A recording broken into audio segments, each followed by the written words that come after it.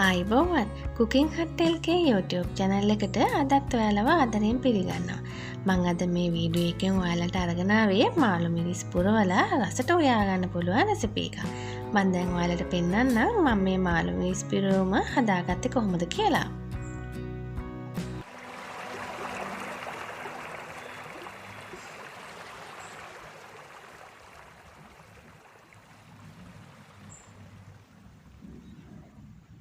මේ මාළුමිරිස් ප්‍රමාණයෙන් තමයි අද මම මාළුමිරිස් පිරවුම හදලා උයා ගන්න සූදානම් වෙන්නේ.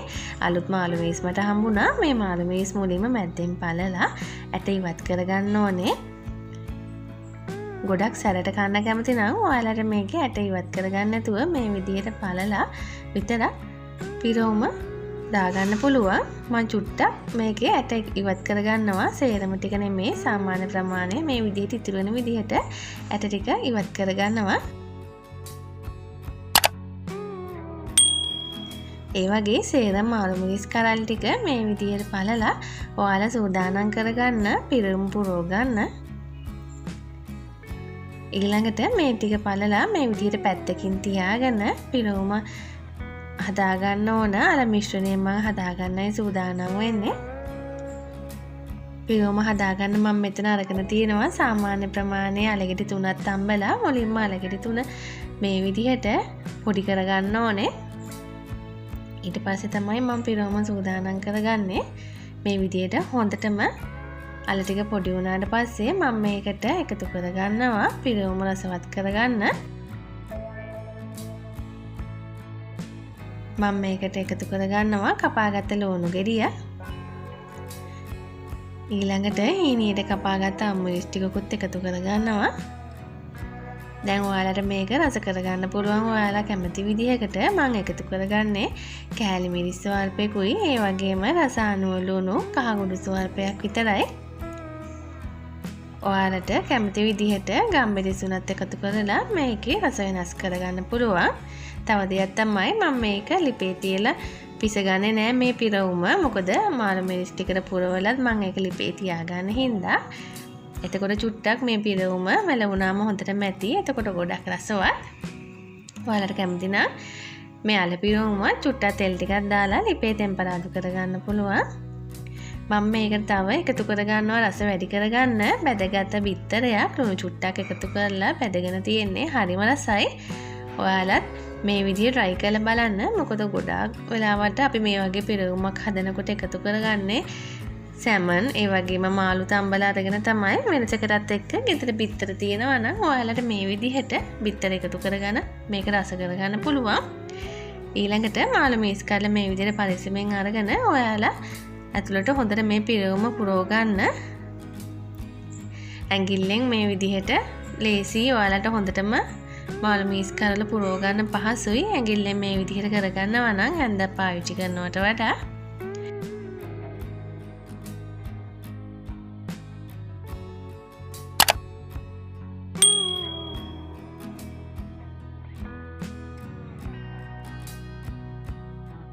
මේ තියෙන්නේ මේ විදිහට මම සේරම ටික සූදානම් කරගෙන ඉවරයි. ඊළඟට මම ඔයාලට කිව්වා අද හදාගන්නේ මාළුමිරිස් පුරවලා හදාගන්න කරි එකක් කියලා.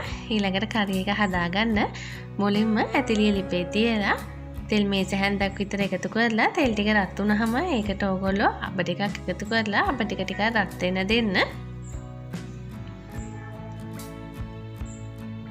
අබ ටික රත් වුණාට පස්සේ මම මේකට කපාගත්ත ලුණු, අමුමිරිස්, සුදු ලුණු, ඒ වගේම කරපිංච ටිකකුත් එකතු කරලා ඒ ටික හොඳට සුවඳ එනකන් ටෙම්පරාදු කරගන්නවා. හරිම රසයි. ඔයාලා මේ රෙසිපි එක try කරලා බලන්න. හරි ඉක්මනින් හදාගන්න පුළුවන්.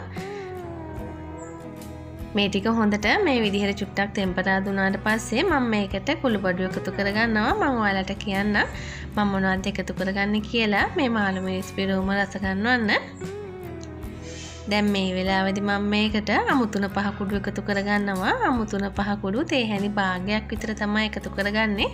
ඊළඟට කහ කුඩු ස්වල්පයක්, ඒ වගේම මිරිස් කුඩු ස්වල්පයක් එකතු කරගන්නවා. මේ ටික චුට්ටක් තෙලේ ටෙම්පරාදු කරලා මේ වෙලාවේදීම ඔයාලට රස අනුව ලුණුත් එකතු කරගන්න පුළුවන්. ලුණු එකතු කරගන්නකොට බොහොම ප්‍රවේශමෙන් ලුණු එකතු කරගන්න ඕනේ. මොකද අපි පිරෝමුවටත් ලුණු එකතු කරලා තියෙන නිසා. මේ ටික මේ විදිහට හොඳට ටෙම්පරාද වුණාට පස්සේ අපි මේකට පොල් කිරි ටික එකතු කරගන්නවා.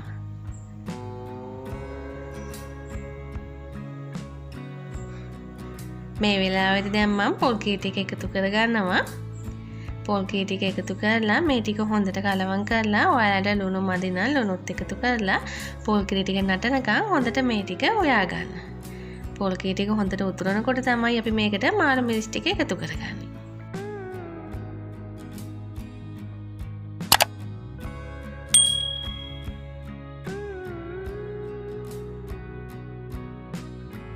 මේ වෙලාවේදී මම මේකට පුරවගත්ත මාළු මිරිස් ටික මේ විදිහට ඇතුලින් තියාගන්නවා.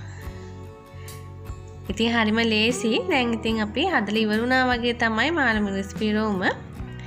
ඔයාලට පුළුවන් ලිපේ ගින්දර අඩු කරලා මේක පීනකින් වහලා හොඳට හිඳෙන්න මාළුමිරිස් ටික තැම්බෙනකන් මේ විදිහට පරිස්සමින් එහා මෙහා කරමින් මාළුමිරිස් ටික උයා ගන්න. හරිම රසයි. මම කලින් මේ වගේම මාළුමිරිස් පුරවලා බෙදලා වීඩියෝ එකක් කරලා තියෙනවා. මම ඒකත් link එක දාන්නම්. ඔයාලා ඒක try කරලා බලන්න. තවත් මේ වගේ වීඩියෝ එකකින් නැවත හමු වෙමු. ඔයාලා හැමෝටම සුබ දවසක්.